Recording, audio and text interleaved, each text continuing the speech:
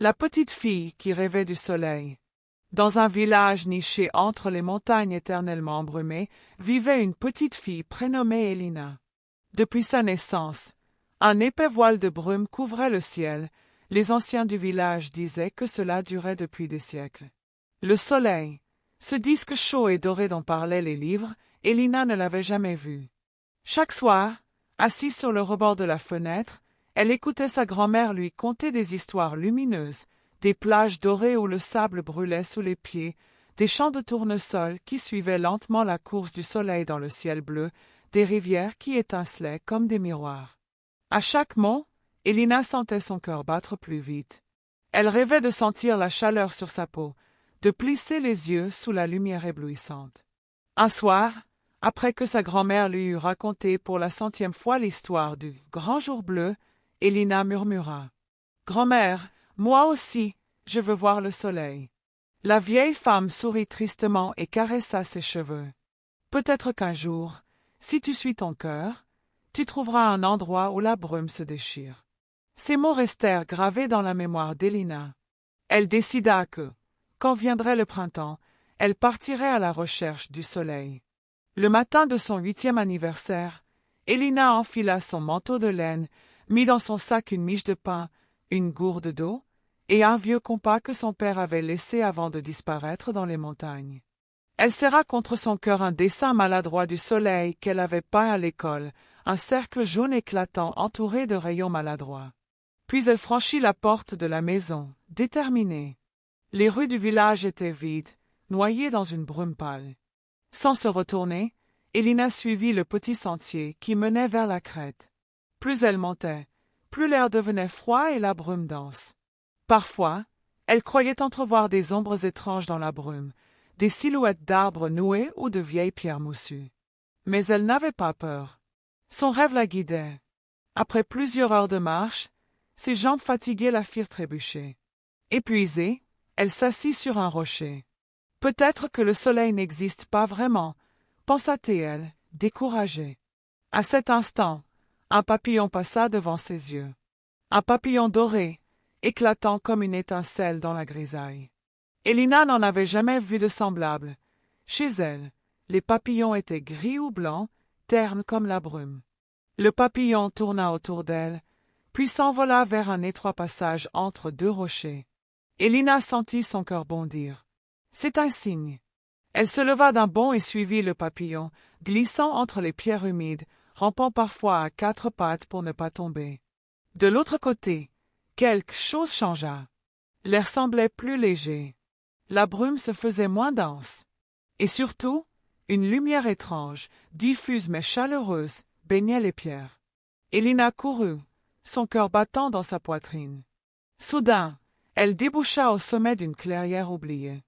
Et là, au loin, le ciel était d'un bleu éclatant. Entre les montagnes, une trouée immense laissait passer une lumière dorée et vibrante. Elina porta ses mains à ses yeux, éblouie. Elle vit, pour la première fois, la silhouette ronde du soleil, suspendue dans l'azur, dominant un monde qu'elle n'avait jamais imaginé aussi vaste et beau. Les larmes lui montèrent aux yeux, mais elle souriait. Elle s'avança, les bras écartés, comme pour embrasser tout le ciel. Elina resta là longtemps, savourant la chaleur douce sur son visage, observant les jeux de lumière sur les feuilles, écoutant le chant des oiseaux invisibles. Elle s'endormit finalement au pied d'un vieux chêne, bercée par la lumière et le murmure du vent. Lorsqu'elle se réveilla, la nuit tombait, mais elle n'avait plus peur de l'obscurité. Elle savait maintenant que, derrière chaque nuit, le soleil reviendrait. Le chemin du retour fut plus facile. Le papillon doré l'accompagna jusqu'au sentier du village. Quand elle franchit la porte de sa maison, sa grand-mère l'attendait, inquiète mais le sourire tremblant aux lèvres. Elina courut dans ses bras et s'écria « Grand-mère, je l'ai vu. Le soleil existe vraiment.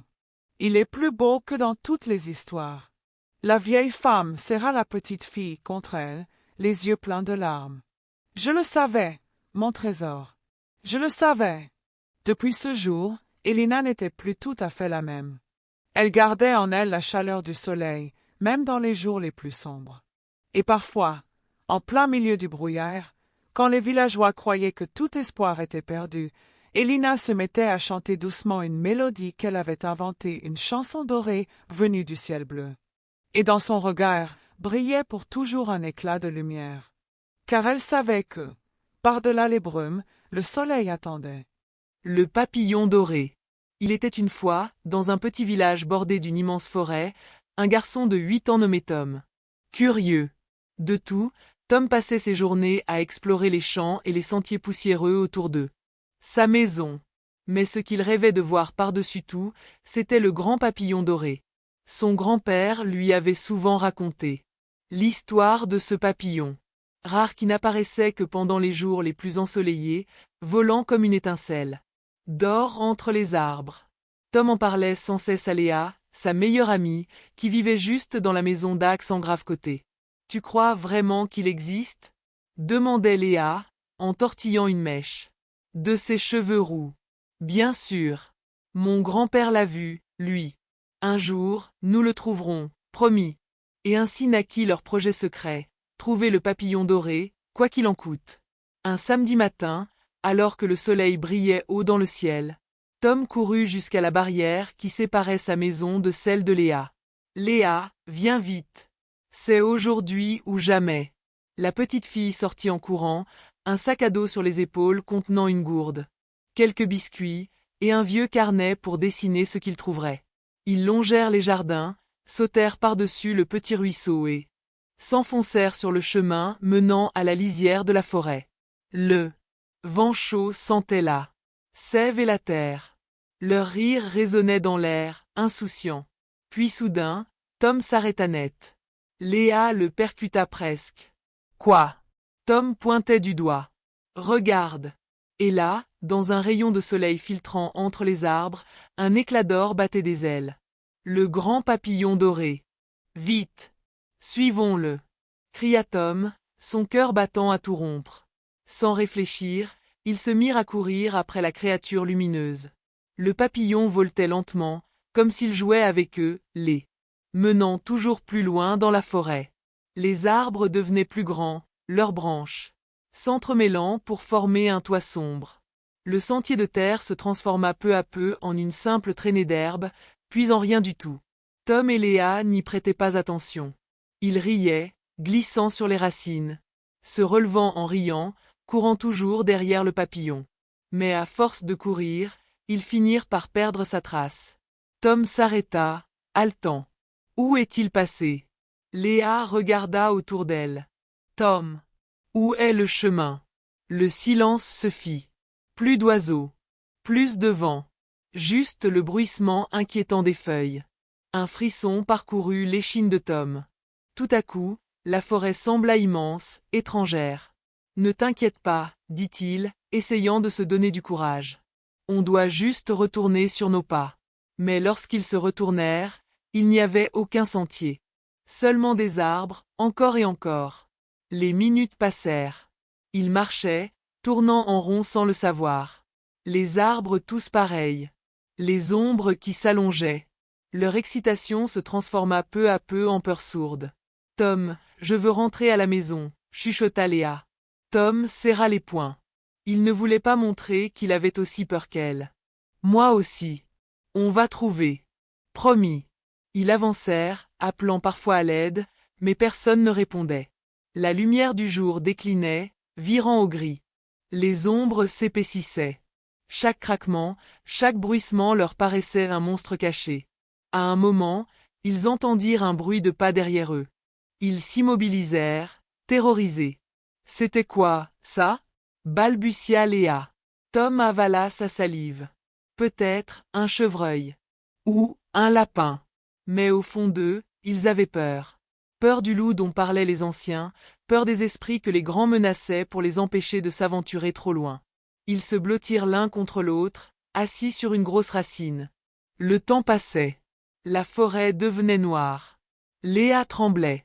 Tom, lui aussi, sentait ses dents claquer. Il aurait voulu être grand et courageux, mais il n'était qu'un petit garçon perdu dans une forêt immense. Soudain, au loin, un bruit, des voix, des appels. Tom. Léa. C'était la voix de sa mère. Et celle du père de Léa. Les enfants se redressèrent, criant de toute leur force. Ici! Par ici! Quelques minutes plus tard, 2 faisceaux de lampes de poche jaillirent à travers les arbres, éblouissant leurs visages fatigués et sales. La mère de Tom courut jusqu'à lui, le serrant si fort qu'il eut du mal à respirer. Le père de Léa la souleva dans ses bras, la couvrant de baisers paniqués. « On vous a cherché partout !» sanglota sa mère. « Ne partez plus jamais comme ça !» dit le père de Léa, la voix tremblante de colère et de soulagement. Les enfants pleuraient aussi, désormais. La peur, la fatigue, le soulagement mêlé coulait en larmes chaudes sur leurs joues sales.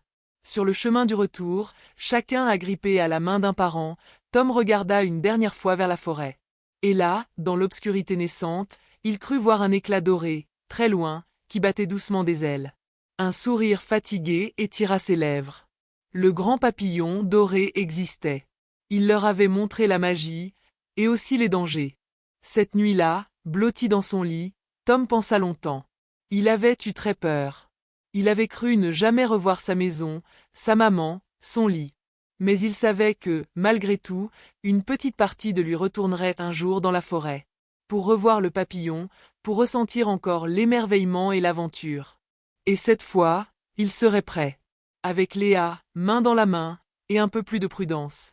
Parce que les rêves, même les plus beaux, demandent parfois du courage, et beaucoup de respect.